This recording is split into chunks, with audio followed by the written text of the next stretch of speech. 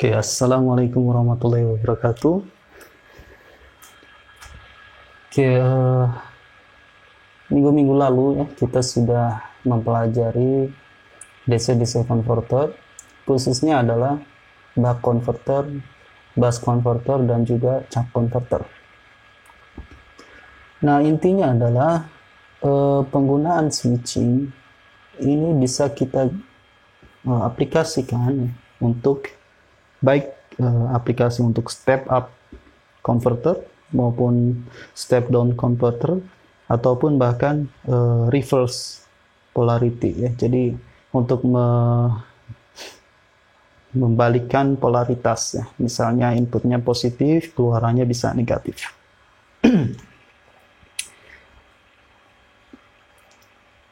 Nah, ada beberapa prinsip ya saat kita menganalisis converter ya, DC-DC converter. Nah, pertama kita mengasumsikan ripple yang terjadi itu sangat kecil sehingga bisa diabaikan. Yang kedua adalah saat kondisi steady state, tegangan di induktor itu adalah 0 rata-ratanya, sedangkan arus yang ada di kapasitor itu rata-ratanya adalah 0. Oke, jadi ada tiga yang telah kita pelajari ya terkait bus converter untuk menaikkan tegangan, buck converter untuk menurunkan tegangan, dan juga chuck converter ya, untuk inverting polarity ya. Jadi membalikkan polaritas. Nah, berikutnya kita akan masuk ke rangkaian pengganti ya. Rangkaian pengganti, dan tentunya saat kondisi steady state ya. Di sini kita ingin coba memodelkan bagaimana DC-DC converter itu bekerja. Nah, ada dua model yang akan kita bahas. Kemudian selain model, kita akan bahas juga terkait ketidakidealan rangkaian buck converter maupun bus converter. Nah, di antaranya kita tahu induktor itu terbuat dari lilitan atau kumparan kawat ya, yang mana kawat pasti memiliki hambatan dalam ya. Terlebih bila induktansinya cukup besar ya, otomatis diperlukan kawat yang lebih panjang pula ya. Dengan kawat yang lebih panjang, otomatis hambatan dalamnya pun lebih besar pula. Oke, secara umum ya, switching DC-DC converter itu bisa kita gambarkan seperti ini. Ada daya masukan dan juga daya keluaran. Nah, kondisi ideal switching converter ini memiliki efisiensi 100%. Tentunya selain kondisi ideal ya, kita anggap kondisi switching converternya ini juga dalam kondisi steady state. Artinya bukan dalam kondisi transient, sehingga kalau di kondisi transient ya, maka ideal pun sebetulnya tidak memiliki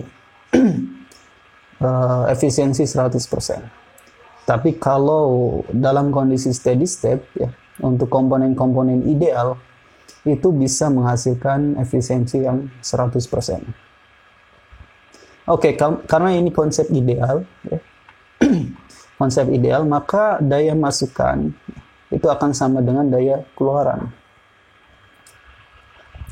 Dan arus masukan dikali dengan tegangan masukan, yaitu daya masukan, itu juga akan sama dengan tegangan keluaran dan arus keluarannya. Kita sudah definisikan ya di sebelum-sebelumnya bahwa kita mengenal fungsi alih atau fungsi transfer itu sebagai MD ya, yang mana sebetulnya adalah perbandingan antara tegangan keluaran dibagi tegangan masukan. Jadi V ini keluarannya, VG ini yang masukannya.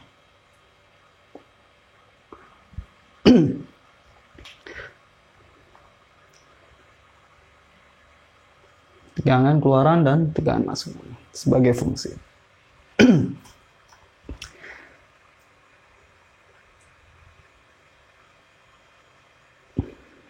Nah, kalau dia ideal, maka arusnya pun ya, arusnya pun juga sama. Jadi kalau dia ideal,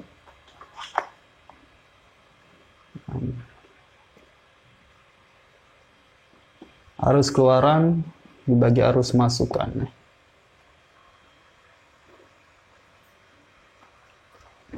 Oke, kembali ke slide. Nah, di sini kita coba buat model ya. Model ini sebetulnya representasi ya, atau kita sebut sebagai rangkaian ekuivalen.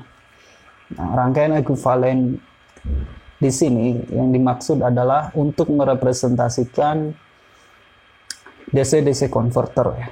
Jadi ada dua model yang bisa digunakan ya. Nah, salah satunya pertama dependent sources, yang kedua DC transformer. Oke, yang dependent sources ini sebetulnya kita seperti memecah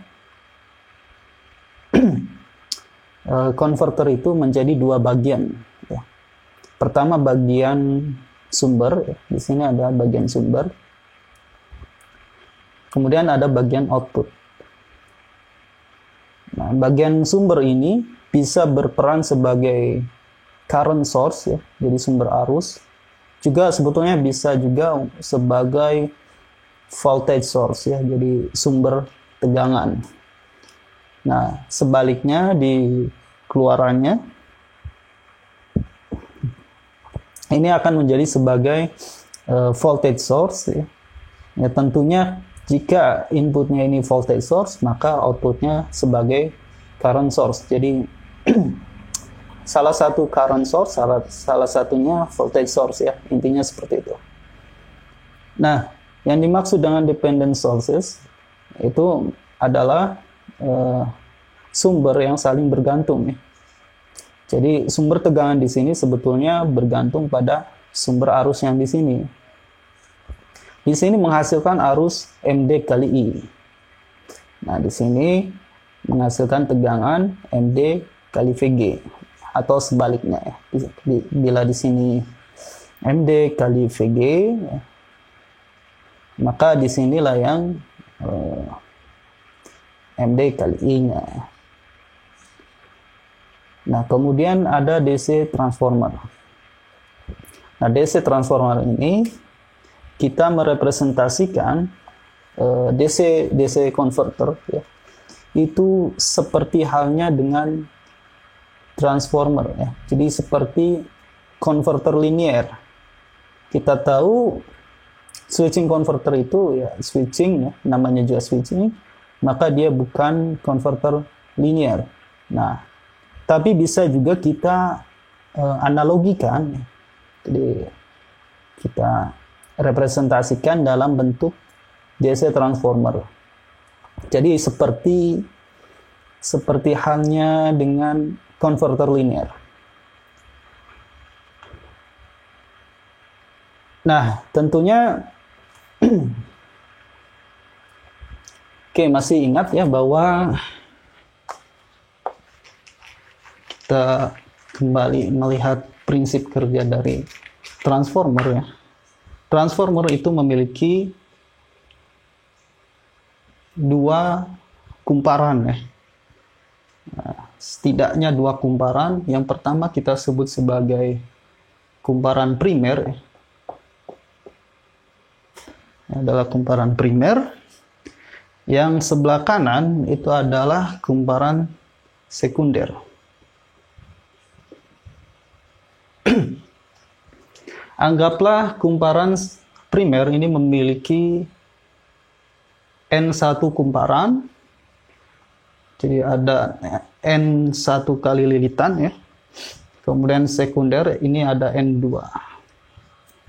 Oke. Nah, bila kumparan primer ini kita beri tegangan V, ya, V1, maka yang kumparan sekunder karena ada induksi, ya, maka muncul tegangan V2. Nah, konsep transformer ideal ya, transformer ideal, maka berlaku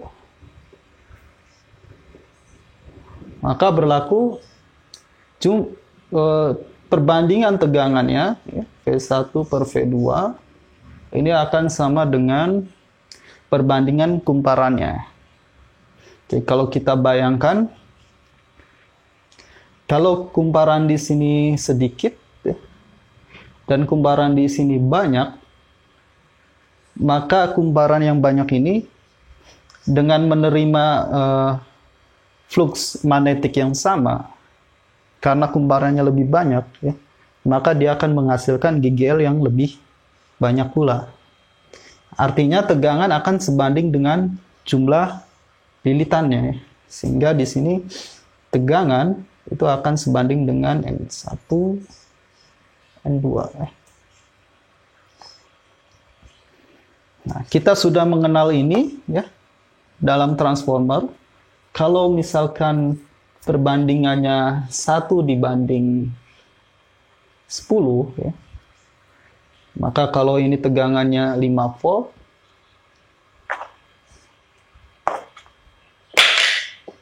maka bisa kita tebak bahwa tegangan keluarannya adalah 10 kalinya. Sehingga di sini 50 volt. Nah, konsep dari transformer seperti ini kita pakai untuk menjelaskan DC-DC converter, switching DC-DC converter. Oke. Nah, tentunya di sini ada sedikit penyesuaian. Jadi, walaupun kita pinjam transformer dalam konsep converter linear, tapi di sini tetap ya kita ada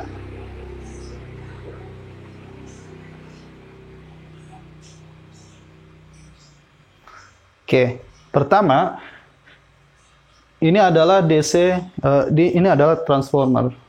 Kemudian kita adopsi untuk menjelaskan DC-DC converter. Nah, untuk kasus ideal, ini kita beri simbol garis tebal ya. Jadi garis tebal ini menunjukkan transformer yang ideal. Artinya berlaku tadi ya persamaan. Nah, selain tegangan ya, misalnya ini V1, ini V2, N1, N2.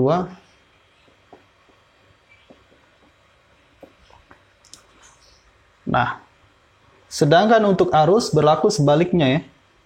Di semakin karena sebetulnya transformer ideal ini menganggap bahwa daya masukan ini akan sama dengan daya keluaran ya. Di P-in sama dengan P-out, maka V1 kali I1, jadi arus yang di kumparan primer ya, yang akan sama dengan arus yang akan sama dengan V2 kali arus di kumparan primer sekunder. sehingga V1 per V2 ini akan berbalik ya. Jadi I2 per I1. Sehingga hubungannya kebalikannya ya. Jadi kalau tegangan dia berbanding lurus dengan kumparan, tapi arus ini berbanding terbalik ya, dengan tegangan maupun jumlah kumparannya. Nah, untuk kasus DC-DC converter yang memiliki kontrol input ya, jadi ada kontrol masukan, kita kasih simbol seperti ini. Anggaplah ini adalah kontrol ya. Nah, masih ingat ya bahwa DC-DC converter yang dikontrol itu adalah duty cycle-nya. Jadi kita maksud di sini adalah duty cycle ya. Kita kontrol adalah duty cycle-nya. Nah, kalau transformer itu tadi perbandingannya adalah N1 per N2,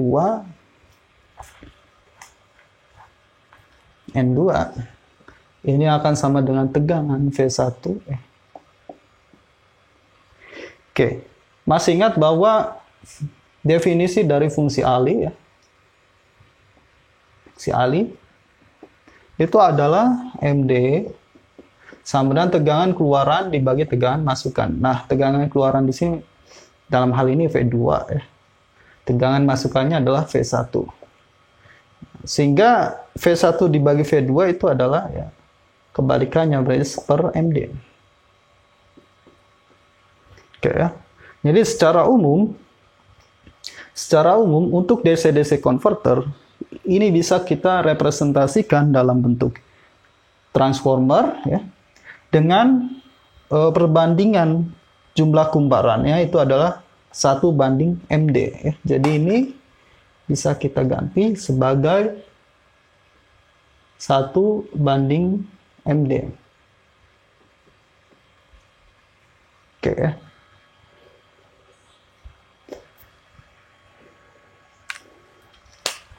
Oke, kembali ke slide. Nah, jadi ini 1:MD ya.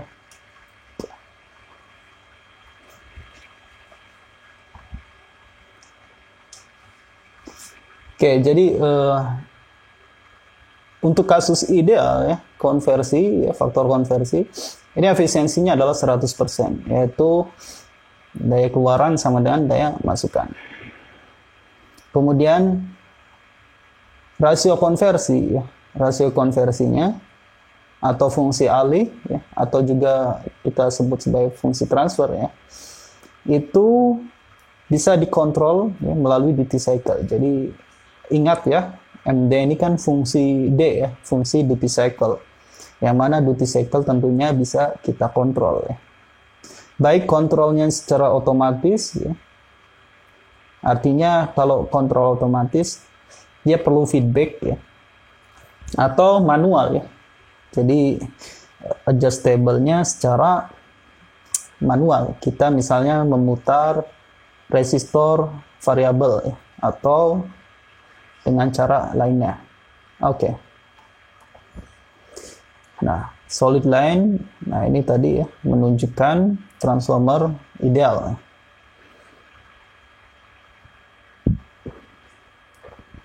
Tentunya bisa melewatkan tegangan DC. Oke. Perlu catatan ya. Kalau transformer aslinya ya, transformer itu kan bekerja di tegangan arus bolak-balik ya. Jadi, nah untuk di sini kasus di sini kan DC ya.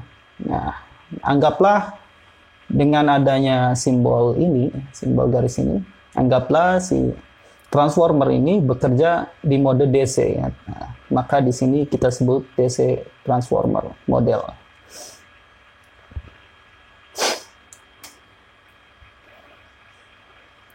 Nah, kemudian time invariant model, no switching. Nah, kita sebelumnya untuk menjelaskan switching DC converter itu kan ada kontribusi, ada gambar switch ya. Nah, sedangkan di model ini kalau kita perhatikan di sini tidak ada gambar switch ya. Artinya maksudnya walaupun tanpa gambaran switch ya, tapi kita bisa mencari solusi ya. Cari solusi dari konverter ini.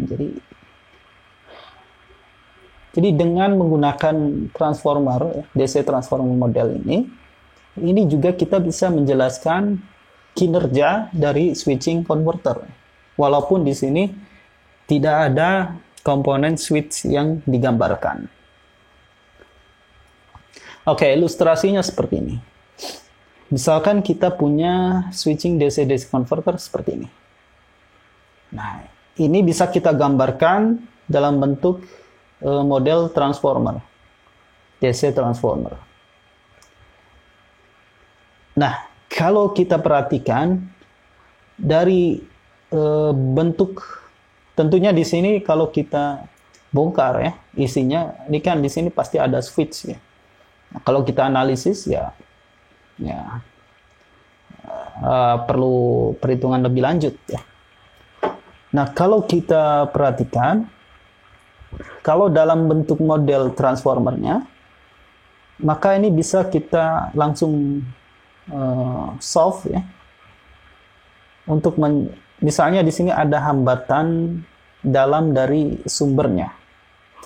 Di sumber tegangan di sini ada hambatan dalam. Nah, kalau menggunakan analisis awal ya, nah, itu kita harus memperhitungkan R1 ini juga. Tapi kalau menggunakan DC transformer, ya, model DC transformer, itu kita hanya cukup mendapatkan di dalam mengganti switching DC converter ini dalam bentuk model DC transformernya. Kemudian untuk mencari solusinya ini mudah ya, tinggal mencari pembagi tegangan.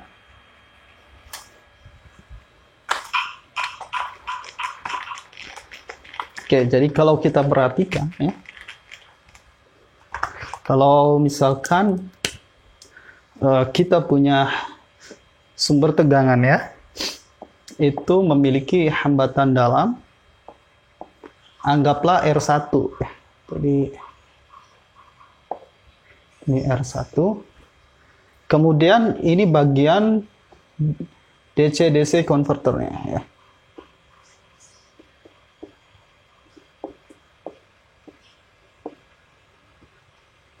Jadi misalnya kita punya suatu supply, power supply, misalnya tegangannya 12, kemudian kita ingin konversi menjadi 5 volt misal. Tentunya kan di sini DC-DC converternya, sedangkan power supply-nya kita modelkan sebagai suatu sumber tegangan yang ada hambatan dalam R1. Nah, kemudian outputnya kita berikan ke beban. Nah, kira-kira tegangan di sini relasinya seperti apa terhadap tegangan masukan V1? Nah, kita mencari hubungannya, relasinya. Nah, kalau kita ingin menganalisis menggunakan konsep awal tadi yang sebelumnya ya, yang ada switchingnya, kita kan harus cari subinterval pertama, subinterval keduanya, kemudian mencari rata-rata tegangan saat steady state dan seterusnya. Tentu masalahnya akan panjang. Nah, tapi kalau kita sudah memiliki faktor konversi, DC-DC converter ini punya faktor konversi anggaplah MD. Maka untuk menganalisis ketika DC-DC converter ini dirangkai dengan sumber tegangan seperti ini akan lebih mudah kita menggunakan model DC transformer. Jadi modelnya adalah kita anggap DC-DC converter ini seperti suatu DC transformer ideal.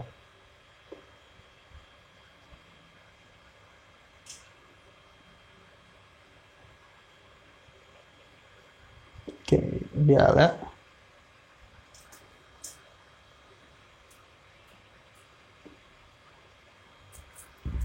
Dengan perbandingan lilitannya adalah 1 banding MD ya. Oke.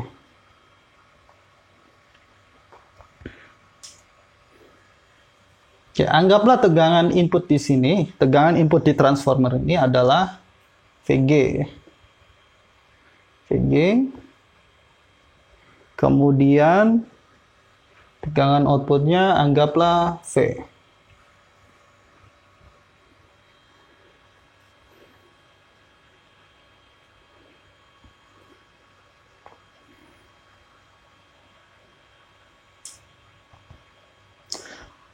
Oke, karena ini transformer, maka sebetulnya ya, VG ini, VG banding V, itu akan sama dengan 1 banding MD. Ya, transformer lilitan sebanding dengan tegangan. Sehingga hubungannya, ini V ya, ini V ketemu MD. Nah, sehingga sebetulnya VG itu adalah V dibagi MD. V dibagi MD. V dibagi MD. Oke ya. Jadi tegangan di sini itu adalah V dibagi MD. V dibagi MD. V per MD. Tegangan di sini ya. Oke. Nah, ini langkah yang menarik dari DC transformer.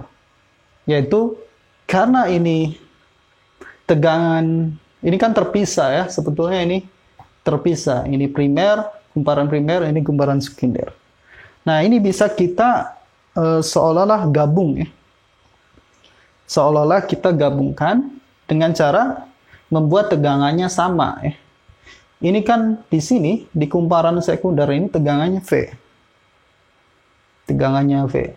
Sedangkan di kumparan sekunder ini tegangannya V dibagi MD.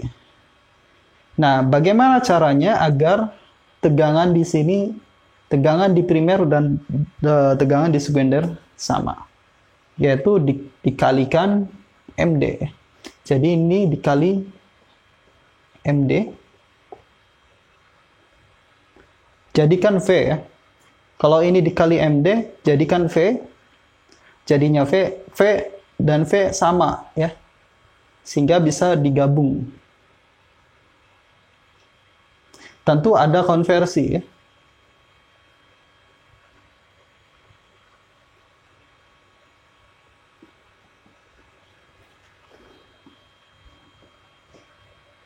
Tegangan V ini seolah-olah bisa digabung jika tegangannya disamakan. Kalau ini tegangannya disamakan dengan cara dikali MD, maka tegangan di sini pun harus dikali dengan MD. Sehingga di sini awalnya V1, ini dikali dengan MD kali V1. Oke. Sehingga kalau kita perhatikan, maka rangkaian yang di atas ini yang awalnya terpisah, ya, awalnya terpisah, ini bisa kita seolah-olah, ya, ingat seolah-olah ya, bukan berarti boleh digabungkan ya, tapi ini seolah-olah ya, bergabung menjadi seperti ini. Dengan catatan tegangannya harus dikonversi, caranya tadi disamakan ya, sehingga ini perlu dikali MD, maka ini juga dikali MD. Oke. Nah, bagaimana dengan R1? Nah, kita harus cari dengan R yang setara ya. R yang setara ini kan sudah digabung, artinya pasti berubah ya. R yang terpisah dengan R yang tergabung ini harusnya berubah. Nah, pertama kita lihat, anggaplah di sini arus keluarannya adalah I ya. Arus keluarannya I. Sehingga di sini arus keluarannya adalah I. Oke. Nah, kalau di kumparan sekunder ini arusnya I,